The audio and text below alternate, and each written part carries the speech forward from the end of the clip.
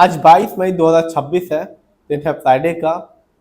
Last कारोबारी दिन था आज। अब जो मार्केट है वो खुलेगा मंडे को। मैं आज बात करने वाला हूँ पेज इंडस्ट्री के बारे में, क्योंकि आज इस कंपनी का जो शेयर प्राइस था वो 2000 रुपये आज भी बढ़ गया। और आने वाली 27 मई 2026 को ये कंपनी अपने शेयर होल्डर्स को डिविडेंड देने वाली है।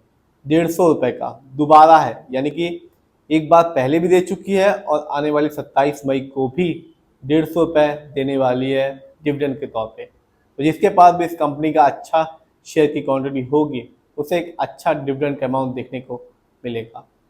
यह वीडियो सिर्फ एजुकेशनल पर्पज है, ना मैं कोई भी स्टॉक खरीदने की सलाह देता हूँ और ना ही बेचने की। तो बात आज पेज इंडस्ट्री के बारे में करने वाला हूँ। ये कंपनी बनाती है, डिस्ट्रीब्यूशन में है, मार्केटिंग में है जॉकी इंटरनेशनल प्रोडक्ट्स के।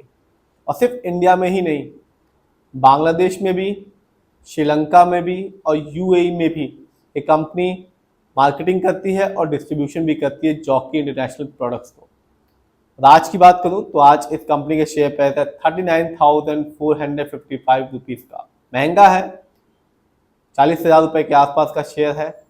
और आज भी 2,000 रुपये इस कंपनी के शेयर में बढ़ोतरी हो गई। यदि रिटर्न की बात करूं तो आज इस कंपनी ने 2.80% का रिटर्न निकाल के दिया है। लेकिन मैं हमेशा कहता हूं कि आप लॉन्ग टर्म रिटर्न को देखें, तभी किसी भी कंपनी में अपना पैसा लगाएं। एक साल में इस कंपनी के शेयर में गिरावट रही, 17.47% की गिरावट देखने को मिली एक साल में।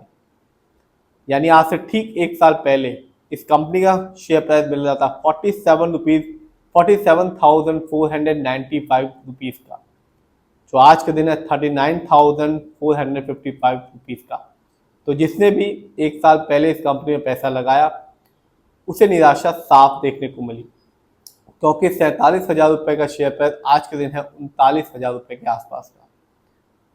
लेकिन लॉन्ग टर्म में इस कंपनी ने माला माल तो नहीं किया, लेकिन एक ठीक ठाक रिटर्न निकाल के दिया। 5 साल में इस कंपनी ने 33.22% का रिटर्न निकाल के दिया। यानी आज से ठीक 5 साल पहले इस कंपनी का शेयर प्राइस मिल रहा था 29,509 रुपीज़ का, जो आज के दिन है 39,455 रुपीज़ का। तो 5 साल में इस कंपनी ने 10,000 रुपये का जंप लगाया। 29,000 रुपये का शेयर प्राइस था 5 साल पहले और आज के दिन है 39,000 रुपये के आसपास का। तो जिसने भी 5 साल पहले इस कंपनी में एक अच्छा अमाउंट लगाया होगा और शेयर की अच्छी क्वांटिटी खरीदी होगी, उसे इस कंपनी ने एक अच्छा खासा रिटर्न दिया है। ये तो बात है 5 साल की। यदि मैं इस कंपनी के ओवरऑल रिटर्न को देखूं तो कंपनी ने अभी तक 11,565% का रिटर्न निकाल के दे चुकी है। 2007 या 8 में इस कंपनी का शेयर प्राइस है 412 रुपये का। सिर्फ 412 रुपये का शेयर प्राइस आज के दिन है 39,455 रुपीज़ का। तो ओवरऑल के मामले में इस कंपनी ने अपने शेयर होल्डर्स को माला माल किया है। देखते हैं पेज इंडस्ट्री के स्टॉक के परफॉर्मेंस को। तो एक साल में इस कंपनी का जो हाईएस्ट शेयर प्राइस गया वो था 50,590 रुपीज़ का, जबकि एक साल में इस कंपनी का लोएस्ट शेयर प्राइस आया 29,805 रुपीज़ का। यदि मैं इवेंट्स को देखूं तो मैं पहले भी बता चुका हूं कि कंपनी आने वाली 27 मई 2026 को अपने शेयर होल्डर्स को डिविडेंड देने वाली है, हर एक शेयर के बदले में 150 रुपये का।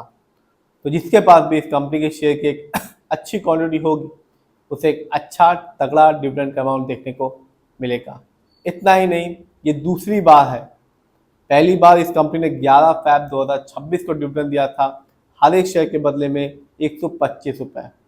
तो साल में दूसरी बार कंपनी अपने शेयर होल्डर्स को डिविडेंड देने वाली है और दोनों बार ही कंपनी ने एक अच्छा खासा धांसू डिविडेंड निकाल के दिया। जानते हैं इस कंपनी के फंडामेंटल्स को। तो जो कंपनी का मार्केट कैप है वह है 42,834 करोड़ का। ये कंपनी लार्ज कैप की है, क्योंकि मार्केट कैप 20,000 करोड़ के ऊपर का। पीबी रेशियो 30.40 है। शेयर मार्केट में एक अच्छा पीबी रेशियो कहलाता है 1 या तो बिलो 3। इंडस्ट्री पी 44.62 है। शेयर मार्केट में एक अच्छा इंडस्ट्री पी कहलाता है 20 से लेकर 25 के बीच में। ये बताता है कि जो कंपनी का स्टॉक है मार्केट में कैसा परफॉर्म कर रहा है।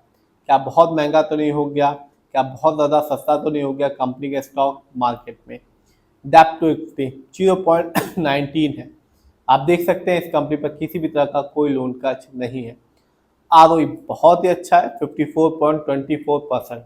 शेयर मार्केट में एक अच्छा आरओई कहलाता है 15% से लेकर 20% के बीच में। ये बताता है कि कंपनी शेयर होल्डर्स के पैसे को कैसे इस्तेमाल कर रही है। यदि बढ़ा हुआ आरओई होता है या पॉजिटिव आरओई होता है तो साफ बताता है कंपनी शेयर होल्डर्स के पैसे को सही से इस्तेमाल कर रही है। इससे आगे चल के फ्यूचर में अच्छा खासा रिटर्न देखने को मिलेगा। यदि कंपनी का आरओई कम होता है या नेगेटिव होता है तो साफ बताता है कंपनी शेयर होल्डर्स के पैसे को सही से इस्तेमाल नहीं कर पा रही, जिससे रिटर्न पाने की जो पॉसिबिलिटीज होती है लॉन्ग टर्म में वो कम हो जाती है। इस कंपनी का ईपीएस है 671.60, बहुत ही अच्छा। बहुत ही कम कंपनियों का ईपीएस इतना शानदार होता है।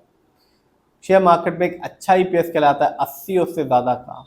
ये बताता है कंपनी ने लास्ट 12 महीने में कितना कमाया। देखते हैं इस कंपनी के फाइनेंशियल कंडीशन को। तो जो कंपनी का रेवेन्यू था मार्च क्वार्टर में वो था 1270 करोड़ का, जबकि 2025 में इस कंपनी का ईयरली रेवेन्यू था 4997 करोड़ का।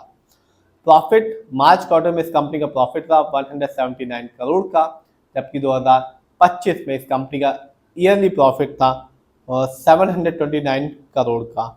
नेटवर्थ कंपनी का नेटवर्थ 2025 में था 1597 करोड़ का, जबकि 2024 में इस कंपनी का नेटवर्थ था 1407 करोड़ का। जानते हैं इस कंपनी के शेयर होल्डिंग पैटर्न को, यानी कि किसका कितना पैसा पेज इंडस्ट्री में लगा हुआ है। तो प्रमोटर यानी कि इस कंपनी के ओनर्स जिनका पैसा विश्वास इस कंपनी में सबसे ज़्यादा लगा हुआ है, प्रमोटर की होल्डिंग है 42.89% की। जबकि म्यूचुअल फंड जिनका पैसा इस कंपनी में लगा हुआ है 23.27% का। एफआईआई जिनका पैसा इस कंपनी में लगा हुआ है 19% का। जबकि डीआईआई जिनका पैसा इस कंपनी में लगा हुआ है 9.94% का। जबकि रिटेलर्स यानी कि हम लोग का पैसा इस कंपनी में लगा हुआ है सिर्फ 4.90%। इसका रीज़न ये हो सकता है क्योंकि कंपनी का शेयर प्राइस बहुत ही महंगा है, 40,000 रुपये के आसपास का है, जिसकी वजह से रिटेलर्स की जो होल्डिंग है वो कम है।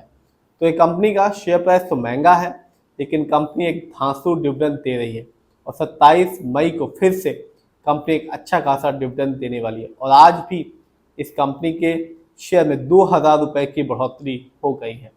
फिर भी आप जिसमें भी पैसा लगाएं खुद रिसर्च करें, एनालाइज करें, अपने फाइनेंशियल एडवाइजर की राय लें, तभी अपने पैसे को शेयर मार्केट में लगाएं।